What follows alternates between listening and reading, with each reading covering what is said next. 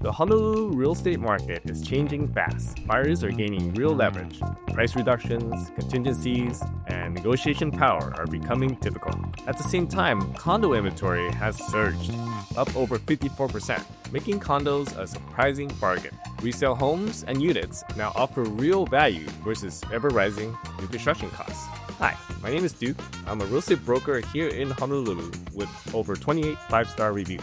In this video, I'll break down exactly what's happening, why Honolulu inventory is spiking, where buyers can negotiate, and where markets remain tight, which neighborhoods are showing the most movement. Let's dive in. The Honolulu market has flipped. It's no longer a one-way seller's market. Inventory is up sharply year over year, with condos seeing the biggest jump, over 50%. Homes are sitting on the market longer, up to 2+ months for many single-family homes. Price cuts are becoming common. About 30 to 40% of listings have been price reduced. Buyers finally have leverage again. Offers under asking, closing credits, and contingencies are back. For example, 637 Ainuka Drive, which is a 2022 built custom 4-bed, 4-bath in Ainahaina, sold for $2.7 million, $50K less than the original list price, in 51 days on market. This creates the best buying conditions Honolulu has seen in years, giving you time, leverage, and options. So why is that happening? I think the reason for that is persistently high interest rates and the underinsurance crisis that's facing condos across Honolulu. At the same time, construction costs are rising fast. New construction builds are getting more expensive again, fast. There are new tariffs on steel, aluminum, and HVAC parts, which are pushing construction costs higher. Builders aren't dropping the prices, but they're quietly offering big incentives like closing credits, upgrades, and temporary rate buydowns. New construction is still commanding a premium, especially for single-family homes in desirable areas, but resale properties are now far more attractive by comparison, especially in neighborhoods where inventory is rising. Just a few years ago, a lot of these new construction homes would have lotteries because there's so much demand to buy a new construction home. Now, however, you can just walk into a sales center and buy a home right there. If you've been holding out for new construction, now might be the time to pivot. You could find potentially better value in resale properties or negotiate for huge incentives from the builder. Despite all that, the pricing hasn't really dropped. Immigration and housing policy are stabilizing the market long term. So even with the higher interest rates, people continue to relocate to Oahu from the mainland, especially California, Washington, and also Japan. Retirees, remote workers, and military relocations are having a strong impact on the demand in areas like Hawaii Kai, Kapolei, and Mililani. The population is aging, but demand for both downsized condos and multi-generational homes remain high. Despite attempts by the local government to expand programs like affordable housing and potential zoning changes, there are still major roadblocks in the Department of Planning and Permitting as far as getting permits pushed through, which causes the supply side to be constrained. And this does not look like it's changing anytime soon. Cities like Honolulu and Kapolei are investing in infrastructure and transit, such as the rail, which signal long-term growth plans. Speaking of investing, I work with a lot of investors because I'm an investor myself. On the mainland, I'm a partner in almost 1,200 multifamily units. In Hawaii, I've done a live and flip, pre-construction condo, house hack, and midterm rentals. So if you're looking to get started with investing in Hawaii real estate, give me a call or text and I'd be happy to help. Even if local buyers are pausing, steady inbound demand supports the long-term values. That's why I'll continue to stay bullish on Oahu real estate long-term, because I believe that the demand will always be there, yet supply will continue to be constrained. Now let's talk about the local economy, the booming jobs, and shifting buyer behavior. Honolulu's job market is stable, but buyers are becoming more selective. Tourism remains steady, but government, healthcare, and construction jobs are growing steadily. Major employers like Queen's Health System, Hawaiian Airlines, and UH Manoa keep demand high for housing near urban cores. Remote and hybrid work has shifted buyer preferences to areas with better space, parking, and outdoor access, not just walkability. Many well-qualified buyers are choosing to wait or negotiate harder rather than overpay, and interest rates have changed the math. But with the higher interest rates, the math has changed, but not people's motivation to own Oahu real estate. When you buy Oahu real estate, you're buying into one of the most stable local economies in the country, but that doesn't mean overpaying is necessary anymore. In certain pockets, buyers now have the upper hand. For the first time in years, buyers can shop smart and negotiate hard. The average sale to list price ratio is now around 97-98%, meaning most homes are selling below asking. Contingencies are back. Buyers are negotiating inspections, repairs, and even appraisal gaps.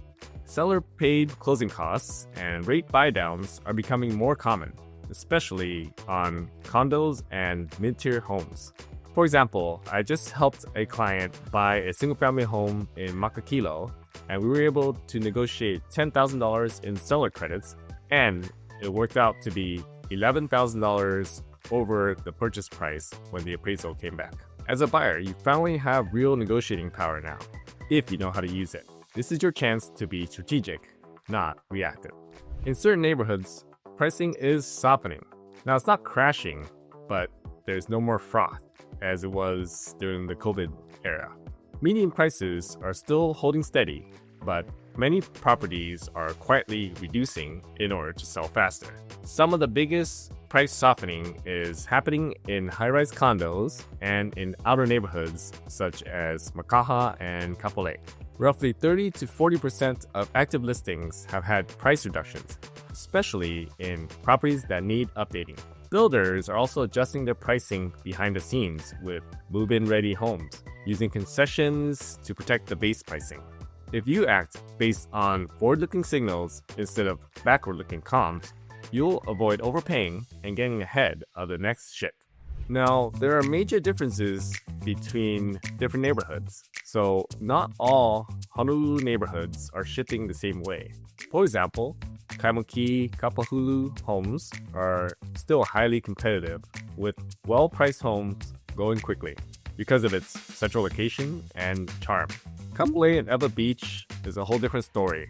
This is where we're seeing a lot more inventory growth due to builders adding new supply and offering concessions, which means buyers have stronger leverage here. Now, for downtown and Ala Moana condos, the price softening is most noticeable here. There are many listings with price reductions and longer days on market. This is likely due to the insurance issues that a lot of condo buildings are facing currently. Now, for Hawaii Kai, there's some softening at the luxury end, but there's still limited inventory for turnkey properties, so those can move pretty quickly. Mililani, Central Oahu, still has stable demand, with moderate softening on older homes or less updated properties. Knowing which neighborhoods are shifting and how can give you a huge advantage, whether you're buying or selling. So it's important to pay attention to the data when it comes to the micro neighborhoods within those neighborhoods. All right, now it's time for my personal market predictions and what that means for you. Overall, when it comes to predicting the market, I'd say don't try to time the market. It's very difficult in the short term. I believe long term, it's going to keep going up due to the fundamentals of supply and demand. There is limited supply and consistently strong demand. Now, when rates come down, if rates come down, the demand is going to skyrocket because there are so many buyers on the sidelines waiting to be able to buy. It's not that they don't want to buy, they just can't afford it based on their monthly payments. Now, since demand is stable, there's pretty much no reason for prices to come down because supply will continue to be limited. I believe that the local government and ordinances and laws around building and permitting make it difficult to add new supply. So what does that mean for buyers? Well, you have more leverage. There's more inventory now to look through and more room for negotiating than you've had in years. But you still need to act smart before conditions shift again. If and when they come down, the buyers are going to be flooding the market. So you definitely want to be ahead of that wave. So if you've been waiting on the sidelines for the perfect time for rates to come down, I say don't wait and just get started, because once you're in the market, then you can participate in all the appreciation that comes with it. So if you can afford the monthly payments, I say skip the starter home and go straight to a home that you could hold for the long term. This is because there are a lot of friction and costs associated with buying and selling. So if you can get into a home that you can stay for a while, like maybe 7 to 10 years, that's where you'll reap the most of the benefits. Now, for sellers, you can still sell at a strong price, but only with the right pricing strategy and a clear understanding of how your specific neighborhood is moving. If you need to sell, just go for it. Timing the market in the short term is hard. But if you have a super low mortgage rate, it might be difficult to find a replacement that's better. If you have negative cash flow, then you should definitely sell and minimize your losses. I work with a lot of veterans who bought when they came here and need to PCS somewhere else. And when they move away, that house or condo is negative cash flow if they rent it out long term. So in those cases, it's most likely best to just sell and move on so you can recover your VA benefit. Now for investors, what does this mean? This is a window to pick up solid long-term properties with potentially heavy discounts, concessions, and solid rental potential. And this is especially true in high inventory areas. This is a golden opportunity as there are not as many retail buyers to compete with. This is especially true if you're paying all cash, since you have more leverage compared to those that have to go with a mortgage. With the condo insurance crisis and all these issues facing condo buildings, there could be potential bargains to be had if you can find the right one. Truth is, navigating Honolulu's market in 2025 isn't about looking at price charts. It's about understanding what's actually changing and where the smartest opportunities are. If you're feeling overwhelmed by the flood of new listings or unsure where you have leverage, or just trying to figure out what's still worth buying, you're not alone. That's why having someone who knows how each area is shifting in real time can save you time, stress, and money. Strategy matters now more than ever. If you're planning a move to Oahu and want personal advice, just call or text the number below and I'll walk you through everything, step by step. And if you're not ready for that, download my free relocation guide. The link is in the description below. And if you're still deciding if Honolulu is right for you, check out this next video.